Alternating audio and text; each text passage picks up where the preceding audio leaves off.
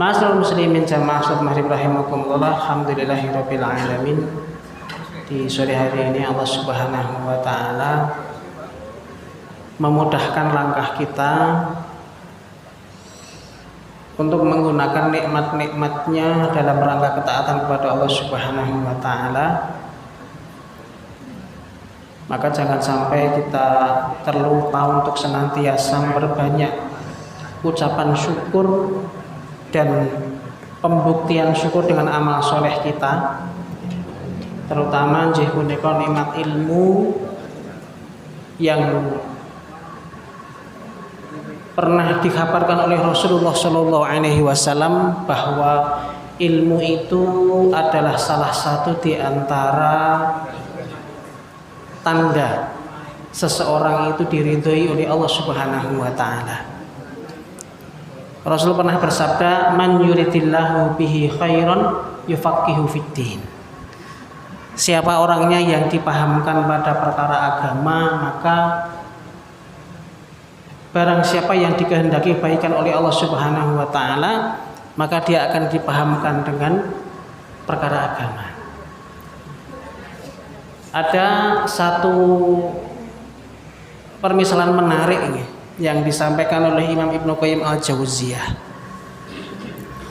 bahwa orang yang belum sampai kepadanya ilmu dan atau belum sampai kepadanya dakwah dan atau orang yang tidak berilmu itu ibarat orang yang tidur tapi matanya terbuka, matanya terjaga. Ngapunten Pak Bu, kalau jenengan ningali wonten tiyang tidur nyenyak tapi matanya terbuka, kinten-kinten pripun? Kalau wingi kula tak ngerti yang ngoten niku ora mungkin Mas, mosok enek wong turu angel kok mripate melek ngoten nggih. Nah, punika memberikan pengertian bahwasanya orang yang tidak berilmu itu ibarat orang yang tidur matanya terbuka, yang dia tidak peduli kepada orang lain, bahkan kepada dirinya sendiri, Pak. Nah, orang tidur niku enek ulo ya meneng wae jenenge wong angler nggih. Kecuali wonten lindu nggih. Lindu ya lindu ki angler tenan kebruan, tidak peduli, dia tidak mewaspadai akan bahaya yang bisa menimpa dirinya, apalagi berkaitan dengan orang lain. Satu pengibaratan yang menarik nggih. Sepatus kula panjenengan saking punika betul-betul menyadari bahwa ilmu itu satu hal yang kita butuhkan agar kita menjadi orang yang betul-betul peduli dengan sekitar kita. Sebab al-insanu aduwwu majahulah. Orang itu akan menjadi musuh pada perkara-perkara yang dia tidak pahami. Perkara yang dia tidak pahami terkadang menjadi sesuatu yang dia tentang. Dia tolak mentah-mentah. Kenapa? Karena belum punya ilmunya.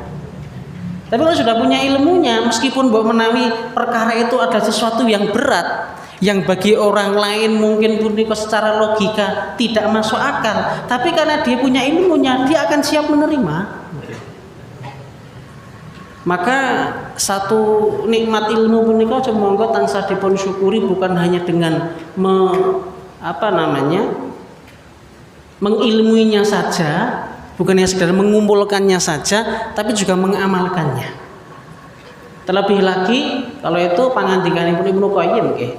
Ibnu Taimiyah melanjutkan, orang yang berilmu tetapi tidak mengamalkan ilmunya, bahkan dia bermaksiat menyelisihi dari ilmu yang dia fahami, itu ibarat tikus curut. Ngertos tikus curut, Pak?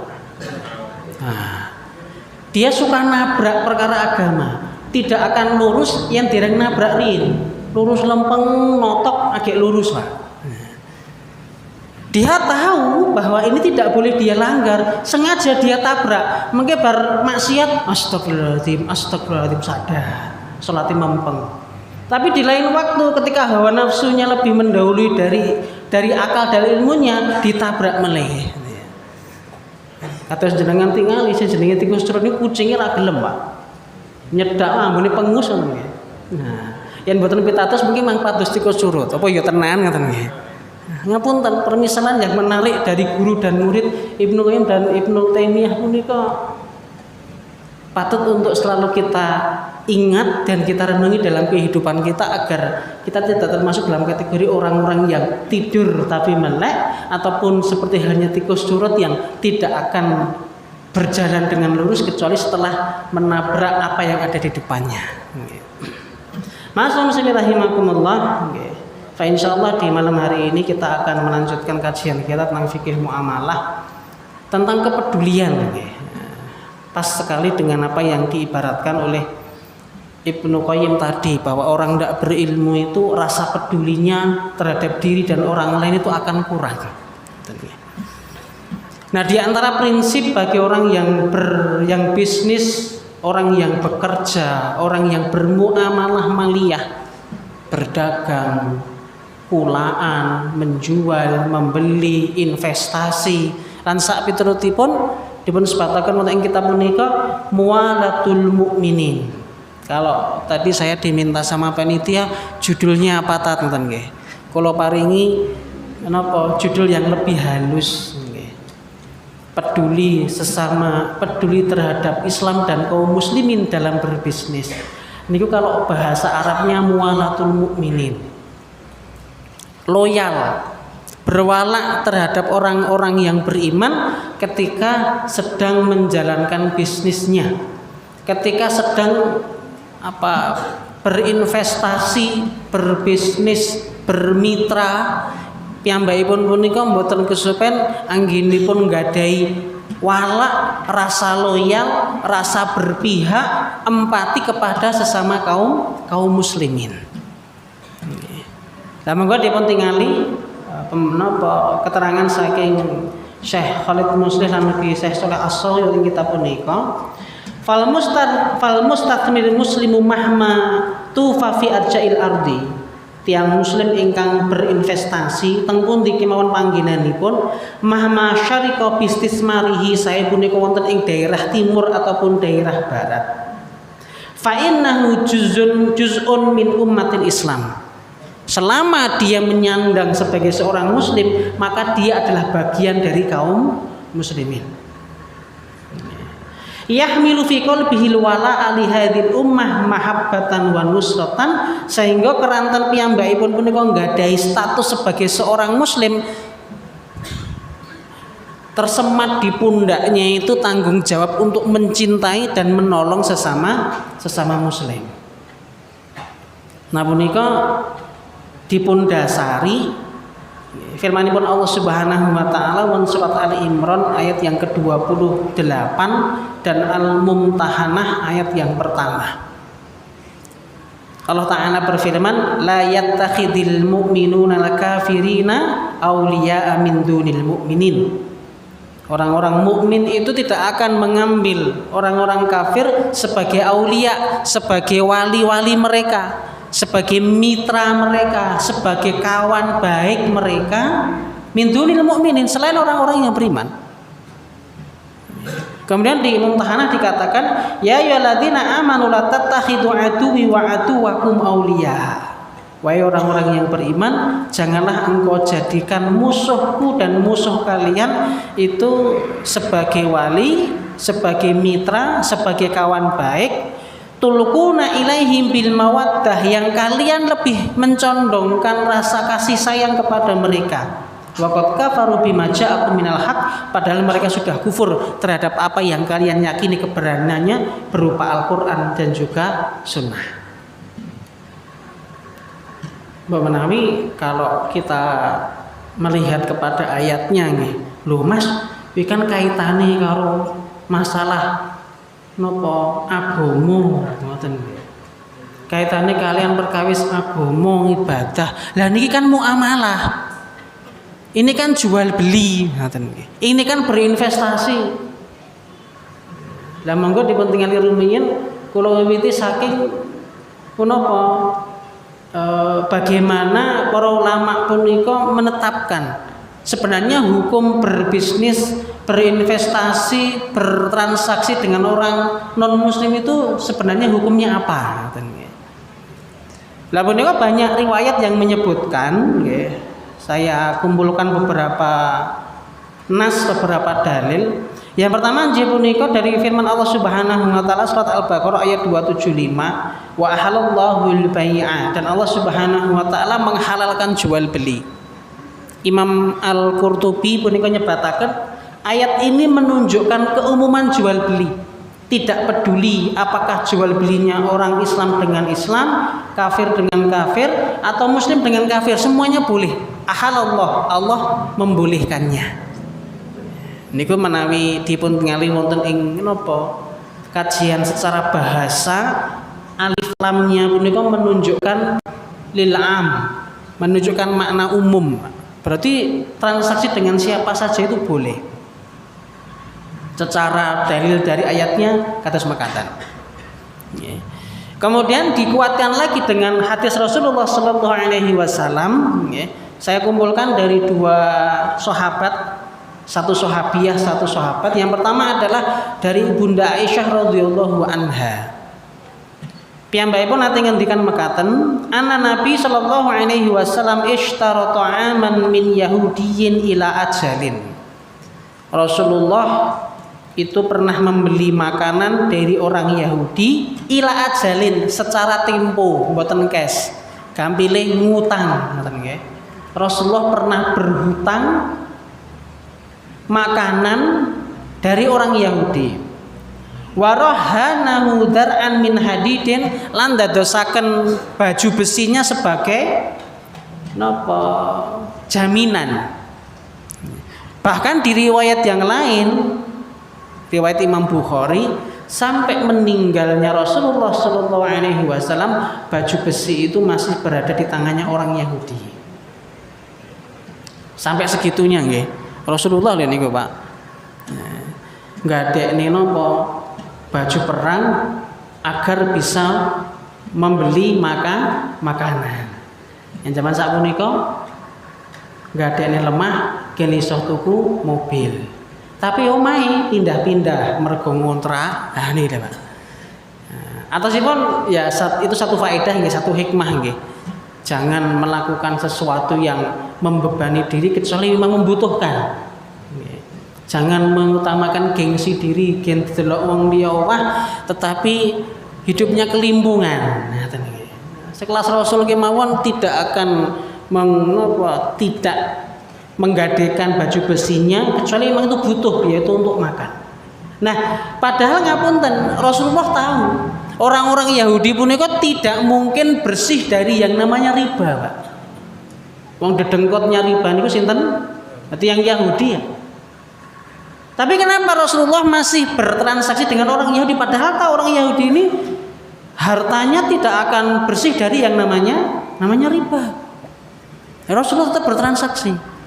Oh, berarti pada dasarnya bertransaksi dengan orang kafir itu boleh. Kemudian di hadis yang lain dari riwayat dari Abdullah bin Umar, punika Rasulullah sallallahu alaihi wasallam sak sampunipun napa kedadosan perang napa nika Hunain, Khaibar, ngapunten Khaibar. Orang Islam menang, mendapatkan harta rampasan perang berupa tanah. Rasulullah punika mengajak orang-orang Yahudi di Khaibar punika untuk napa ngopeni, untuk nggarap sawahnya, nggarap tanahnya, nanti dibagi. Sahabat Umar punika ngendikan dumateng Rasulullah, "Ya Rasulullah, kula niku pikantuk bondo donya ingkang kula mboten nate mbayangni saged pikantuk kados mekaten. Saya mendapatkan harta yang tidak pernah saya bayangkan begitu banyaknya, yaitu berupa tanah di Khaibar. Niku saya ini pripun?" Ada kalau di antara di satu riwayat itu disebutkan, sudah kamu pastikan itu miliknya menjadi milikmu, tapi manfaatnya berikan kepada kaum muslimin, diwakafkan.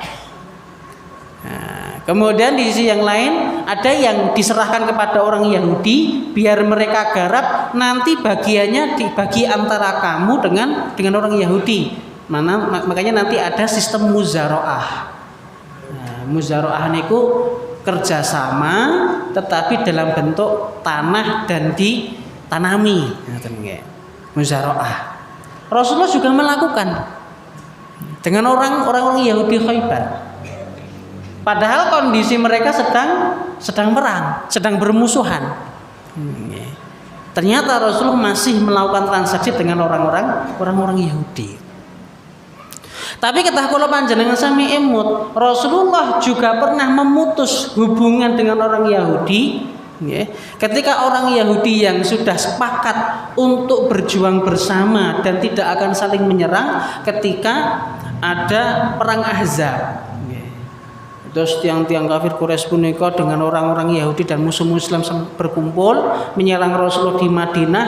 Ternyata ada orang-orang Yahudi saking Bani Qainuqa dan Quraidah. Mereka melinjani janji dari Rasulullah. Yang awalnya sudah sepakat tidak akan membantu musuh kaum muslimin untuk memerangi kaum muslimin, tapi ternyata di balik itu mereka membantu memerangi Rasulullah. Akhirnya karena mereka melanggar janji, sudah yang laki-laki semuanya ditebas kepalanya, yang orang tua dan juga anak-anak dan ibu-ibu dilepaskan. Maksudnya berkata, di satu kondisi Rasulullah ada ketegasan, tapi di kondisi lain Rasulullah juga lunak dalam persoalan muamalah. Nah, punika memberikan satu hikmah bagi kita bahwa ketika seorang muslim itu dia bertransaksi, berjual beli, berinvestasi, jangan lupa bahwa di sana ada hak kaum muslimin berupa loyalitas, hak kaum muslimin berupa pertolongan yang harus kita berikan kepada mereka. Ada satu hadis Rasulullah pernah mengatakan seperti ini. Rahimallahu mra'an. Semoga Allah merahmati seorang muslim, seorang lelaki ataupun perempuan, samhan idza ba' wa samhan idza ishtara wa samhan idza iqtata, yang dia berlapang hatinya ketika membeli, menjual dan nagih hutang.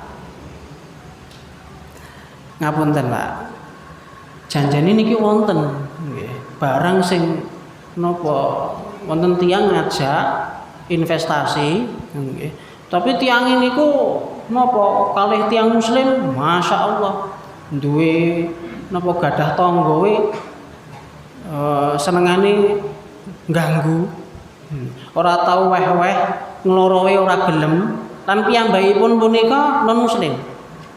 Tapi anggenipun berbisnis punika maringi penawaran laba nisbah yang tinggi. Yang bisnisnya nggih moncer. Nah di tempat yang lain ada sesama muslim tapi rodok medit. Rodok medit. Medit anggenipun pun apa? Medit dan mungkin bahasa medit mboten radi penak nggih. Rodok pitungan, rodok pitungan. Anggenipun apa membagi nisbah punika dipepet nih. Tapi loyal dia kepada kaum muslimin itu bagus. Kinten jenengan pilih sing pundi? Pengen golek bathi sing akeh ora apa-apa, penting bathine akeh. Napa pilih sing tiyang muslim kala wau bekerjasama dengan sama muslim, ya bathine sithik ora apa-apa, tapi kamu muga-muga berkah wong dhek ya amale akeh. Napa ngoten? Kinten pilih sing pundi, Pak? Niku kalih-kalihipun ngapunten, jenengan milih sing pundi kemawon dalam syariat boleh. Boleh. Nah, dan kaitan dengan dosanya secara diana, secara keagamaan punika tidak signifikan. Mboten kok yen karo wong kafir dosane gedhe, yen karo muslim pahalane akeh. Belum tentu. Nah, dalam hal inilah makanya kita perlu memahami ngaten nggih, bahwa dalam berbisnis itu perlu kita pertimbangkan. Kira-kira saya melakukan transaksi seperti ini, kemaslahatan untuk Islam dan kemaslahatan untuk kaum muslimin itu bagaimana? Kemadharatan untuk kaum muslimin dan Islam itu seperti apa? Kita sudah sepakat tadi bahwa bertransaksi dengan orang Islam dengan orang kafir itu hukumnya adalah boleh. Nah, ada satu nasihat yang menarik yang disampaikan oleh Imam Ibnu Taimiyah. Piyambakipun nanti dipun tangleti, Pak. Bagaimana hukumnya bertransaksi dengan orang-orang Tatar? Nate mireng nggih kisahnya orang-orang Tatar nggih.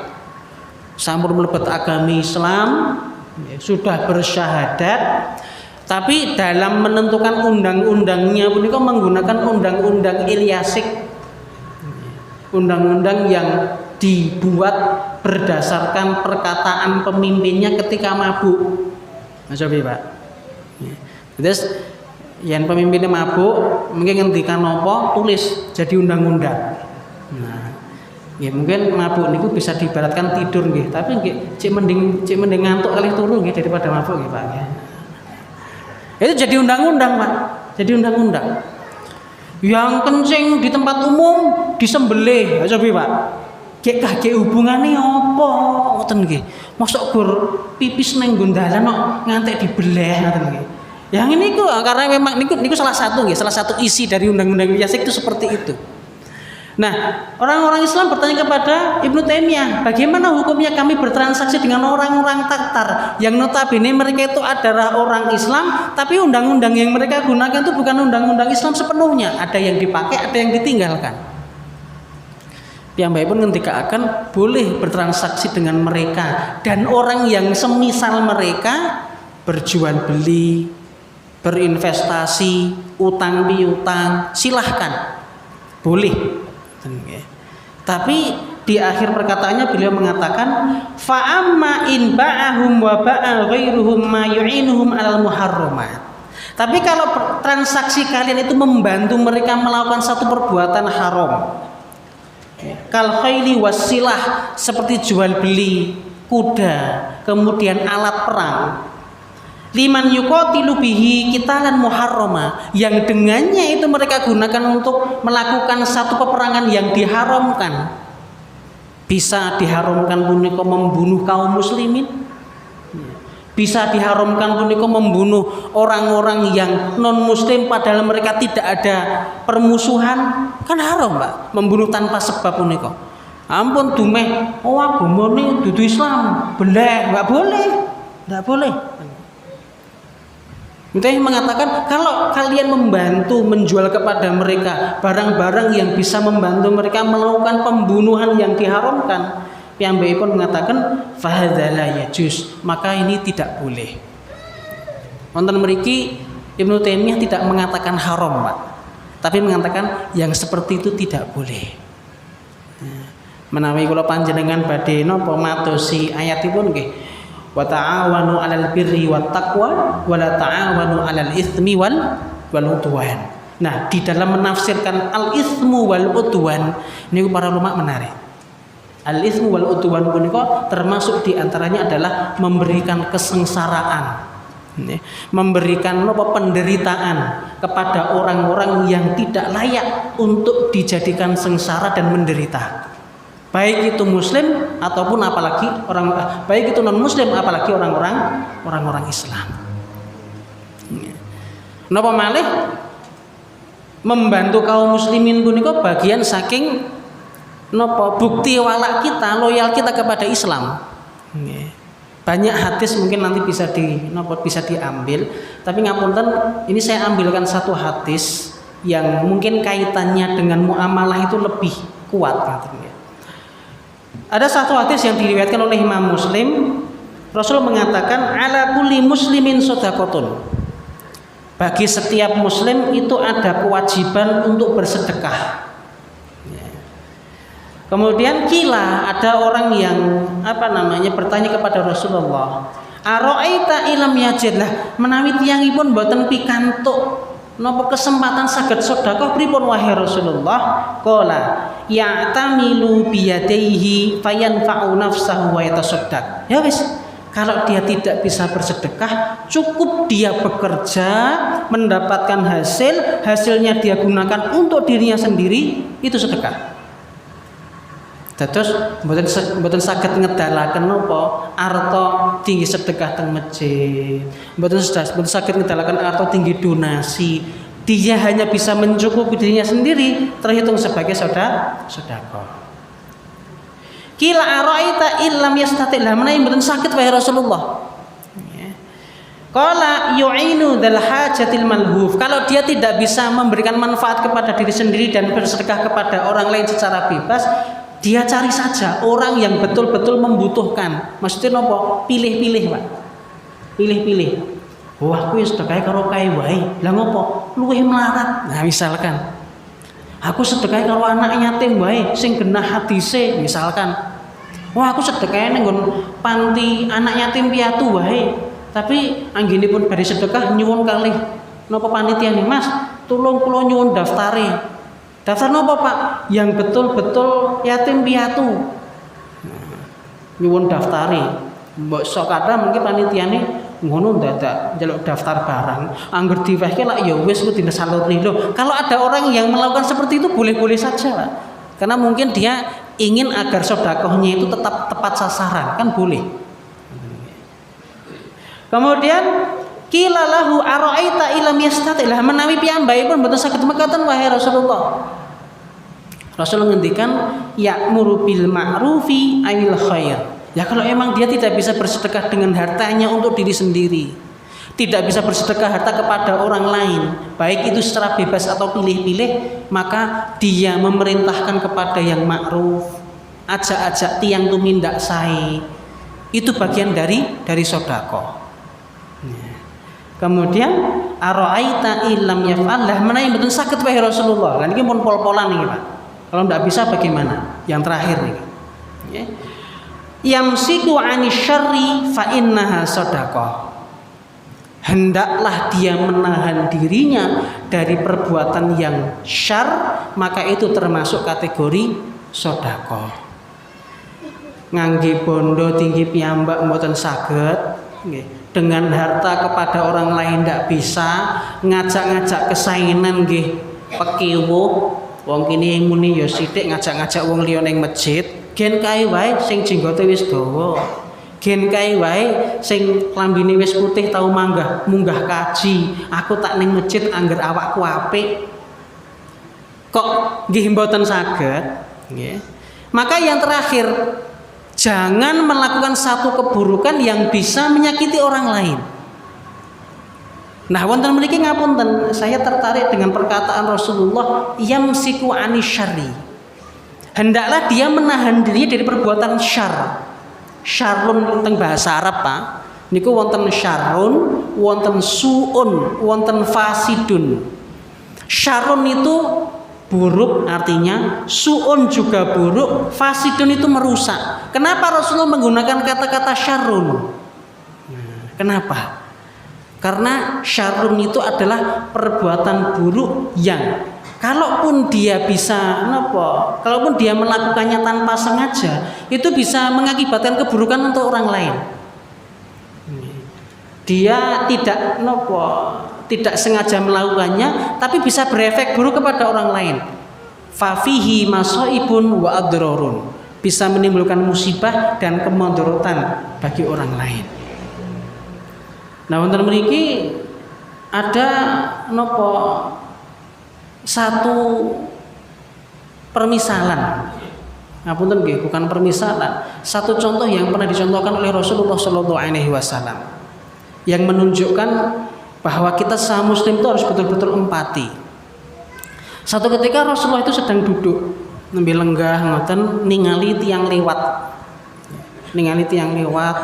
Lagi ini uang kok sikile tokoran ora nganggo sandal. Nggih. Wonten sing beto pedang, wonten sing nitih napa jaran tapi dituntung. Wonten sing mboten beto napa-napa klambine napa sobek dan lain sebagainya. Beliau merasa kasihan. Akhirnya apa? Kemudian Rasulullah SAW memerintahkan kepada Bilal, ya Bilal, wahai Bilal, adzin, panggillah orang-orang Islam, panggillah teman-teman kita, sahabat kita di Madinah. Akhirnya dipanggil, semuanya dikumpulkan. Rasulullah mengatakan, siapa yang mau bersedekah untuk saudara-saudara kita ini yang kakinya melepuh, dia membawa pedang habis perang, karena dia tidak mendapat ghanimah, akhirnya dia pulang hanya membawa luka. Siapa yang mau bersedekah? Ada yang bawa kurma, wonten sing punika dibiarkan kelaparan, kok mendel mawon. Niku kinten-kinten sudah termasuk kategori mengikuti uswah Rasulullah napa mboten? Zaman saat menika berita tentang saudara kita di tempat yang lain, kados Palestina menika bukan sesuatu yang sulit untuk didapat. Bukan sulit untuk dikonsumsi, mudah. Setiap jam, setiap menit bisa kita mencari videonya. Artinya apa? Kalau Rasulullah itu saja memberikan bantuan kepada orang-orang yang tidak bersandal, yang pakaiannya itu compang-camping, langsung dimintai bantuan dari sahabat. Nah, kalau kita melihat ada saudara-saudara kita yang kelaparan, bahkan ada yang sampai mati karena ngantri makanan, ya. Ada yang sampun ningali to kok ngantri beton apa wadah makanan gandeng saking luwihne akhirnya jatuh meninggal. Ada yang nunggu bantuan dari atas malah ditembaki tentara-tentara Israel. Lah ngoten niku di mana rasa kasihan kita? Di mana rasa peduli kita kepada kaum muslimin? Nah, punika menunjukkan bahwa memang betul bahwasanya bermuamalah maliyah itu satu perkara yang mubah. Tapi kalau sudah ada kondisi kaum muslimin yang butuh bantuan kita dan kita bisa memberikan bantuan terkait dengan muamalah, kenapa tidak? Kados hadis yang pertama tadi, sedekah, minimal sedekah yang bisa kamu lakukan kalau tidak dengan harta yang kamu donasikan adalah kamu jangan menggunakan hartamu, menggunakan tenagamu, lesanmu, dan apa yang kamu miliki untuk menyakiti, menambah penderitaan saudara kita. Mbak menawi Bapak Ibu sekalian sampun ngertos tujuan saya menyampaikan ini apa? Ngertos Pak? Yang selama ini dilakukan oleh saudara-saudara kita dengan memboikot berbagai macam produk gitu. Mbak menawi kula panjenengan sami ada yang pernah mendengar, "Alah, gunane apa? Gunanya apa? Orang ngefek," ngoten nggih. Nah, monggo dipun tingali. Saya satu ketika mendengar potongan kajian. Mendengar potongan kajian, saya lupa Ustadz siapa ngoten nggih. Kemudian saya rujuk ayatnya. Mengutip satu firman Allah Subhanahu wa taala di surat At-Taubah ayat yang ke-79. Allah taala berfirman, "Alladzina yalmizunal mutawwi'ina minal mu'minina fis shadaqat walladzina la yajiduna ila juhdahum fayasharuna minhum sakhirallahu minhum wa lahum adzabun alim." Alladzina yalmizunal mutawwi'ina minal mu'minin, yaitu orang-orang yang ngenyek, orang-orang yang merendahkan, orang-orang yang menyepelekan orang-orang mukmin yang bersedekah. Gunane apa? Kowe dadak sedekah kaya ngono. Ayat ini ngapunten At-Taubah 79 punika perkataan yang disampaikan oleh orang-orang munafik kepada orang-orang muslim yang ketika mereka diminta Rasulullah sapa sing arep sedekah niku wonten sing beto sak caruk kurma, wonten sing beto sak genggam kurma, wonten sing beto wahai Rasulullah kula namung gadah niki pelana kuda, kula namung gadah napa gandum sekedhik, kula namung gadah pakaian sing kados mekaten. Lah ada orang mukmin yang lain yang membawa niku wahai Rasulullah 2 kantong besar kurma, wahai Rasulullah niku kula beto 10 ekor unta. Lah orang-orang munafik niku ngelok nih, alah wis sing sedekah akeh pamer. Kepada orang-orang yang sedekahnya sithik ora enek gunane, kowe kalah. Gunane apa kurma gur sak genggam, kalah sak uprit. Dados sing sedekah akeh ya dilokne, sing sedekah sithik apa meneh, Pak. Artinya apa? Bukan hanya zaman sekarang. Di zaman Rasulullah hidup saja itu ada orang-orang yang meragukan sedekah dari kaum muslimin. Padahal niku Rasulullah tesih gesang. Rasulullah masih hidup. Buktinya apa? Ayatnya turun. Nah, yang ayat turun berarti Rasul masih hidup toh nggih? Nah itu. Jangan sampai kita menyepelekan saudara-saudara kita yang berusaha keras untuk memboikot, untuk tidak membeli produk-produk Israel. Jangan menyepelekan. Kalaupun kita tidak bisa melakukan apa yang mereka lakukan, jangan sampai nggembosi yang tenang nggih. Nah, ayat ini berkaitan dengan sebagian kaum muslimin yang mereka munafik menggembosi semangat orang muslim-muslim yang lain yang mereka sebenarnya sudah berusaha. Nggih. Lho aku ki ngetokke sak genggam kurma iki ning omahku wis rene apa-apa lho. Jam sapunika aku iso sedekah 50.000 ki, anakku gur tak kei 2.000 lho, ngoten nggih, Pak. Aku iso ku boikot ya barang-barang iki sing liyane ora iso, ndak masalah. Kan wonten sing ngendikan yen jenenge boikot ya kabeh sisa, ora sabun boikot, sampo boikot, HP ini upgrade terus, ngoten nggih, Pak. Niku nggih mboten memper ngoten nggih. Terus bagaimana? Ngoten nggih. Ngapunten, Pak. Boikot itu adalah satu perkara yang sifatnya ijtihadi. Artosipun pun apa? Rasulullah belum pernah secara mutlak menyatakan bahwa itu wajib dilakukan, tidak pernah. Karena sifatnya ijtihadi. Buktinya apa? Monggo dipun tingali. Satu ketika sahabat Sumamah bin Usal, niku seorang sahabat yang baru masuk Islam, gandeng semangatnya, Pak. Akhirnya nopo? Pergi ke Mekah, setelah masuk Islam pergi ke Mekah umroh. Nah ketika umroh punika dilok nih kalian tiang-tiang Mekah. Duh, saiki Sumamah dadi wong sobek, maksudnya wong sobek itu, saiki Umamah wis murtad, tapi murtate tiang-tiang kafir nggih. Artinya sudah tidak menyembah berhala lagi itu. Enggak, saya bukan sobek, saya mengikuti Rasulullah, saya mengikuti Muhammad Rasulullah SAW. Kalau kalian mengganggu saya dan mengganggu Rasulullah, maka saya berjanji sampai sekarang dari sedetik ini saya tidak akan mengirimkan gandum dari Yamamah ke negeri kalian. Akhirnya nopo tiang-tiang Quraisy Mekah bingung, Pak. Dan tenang, sahabat Sumamah pun mengatakan kalau sampai Rasulullah, saya tidak akan pernah mengirimkan gandum ke Mekah sampai Rasulullah sendiri yang menyuruh saya untuk melakukannya. Akhirnya pun nopo di stop, di embargo. Nah, tiang Quraisy Mekah kelimpungan. Akhirnya apa? Mengirim surat kepada Rasulullah supados nopo Sumamah punika menghentikan embargonya. Kemudian Rasulullah menulis surat kepada Sumamah, jangan, sudah kirimkan kepada mereka makanan. Meskipun mereka memusuhi kami, tapi mereka manusia yang berhak untuk makan. Nah dari hadis ini sebagian ulama yang mengatakan, ada yang mengatakan, boikot itu tidak harus, tidak wajib. Ada yang mengatakan wajib. Kados Syekh Ramadan Al-Buti punika mengatakan wajib hukumnya memboikot produk Israel selama mereka masih menjadikan orang-orang Palestina itu menderita.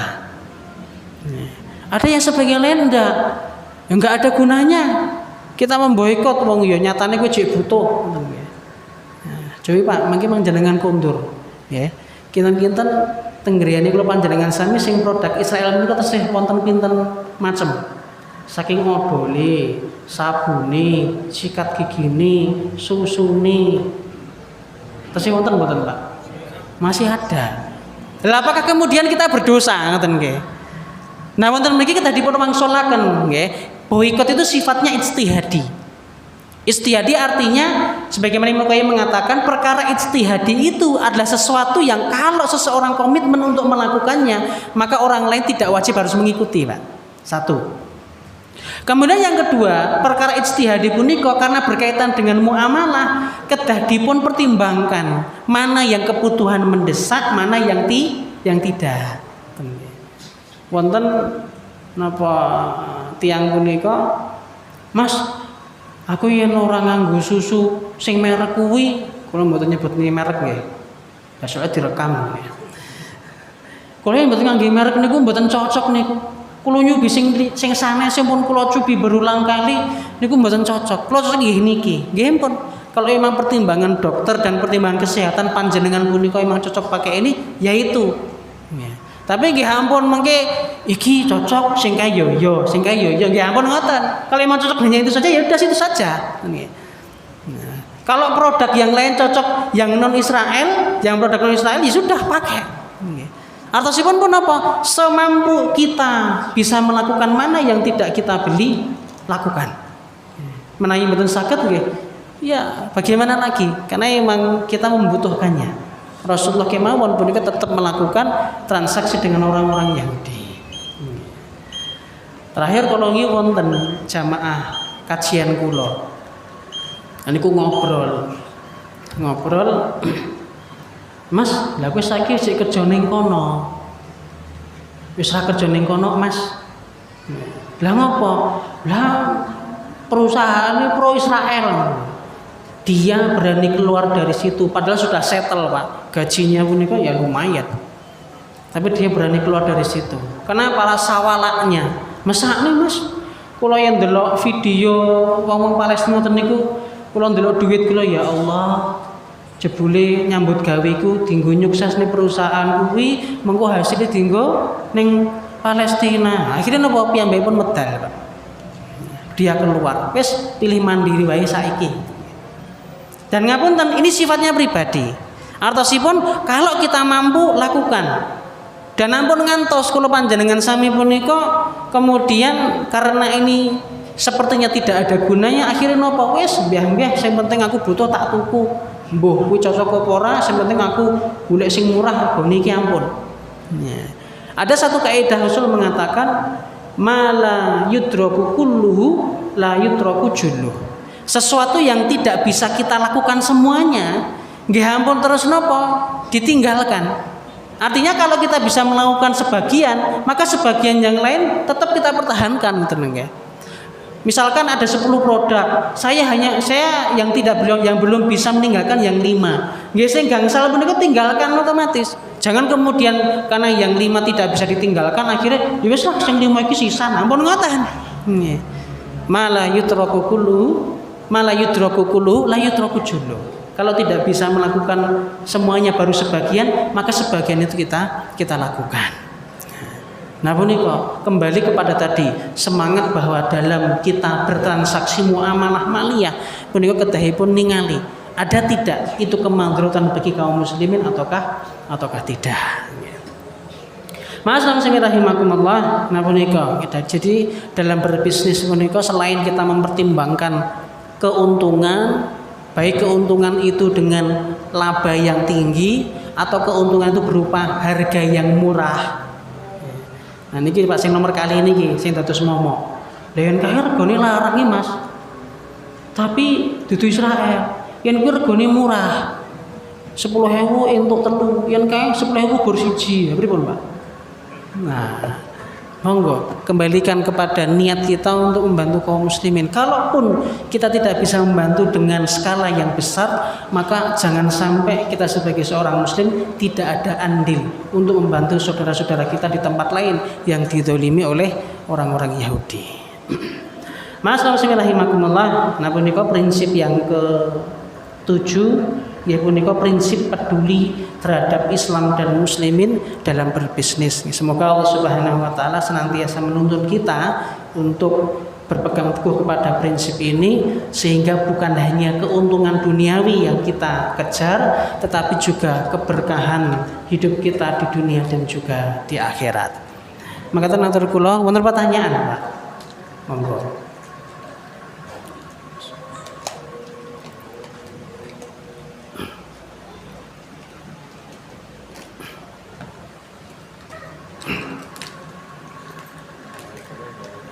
Wonten wah katose pro kabeh niki nggih pun nggih. Alhamdulillahirabbil alamin. Makaten semoga kita tutup kanthi doa kafaratul majelis.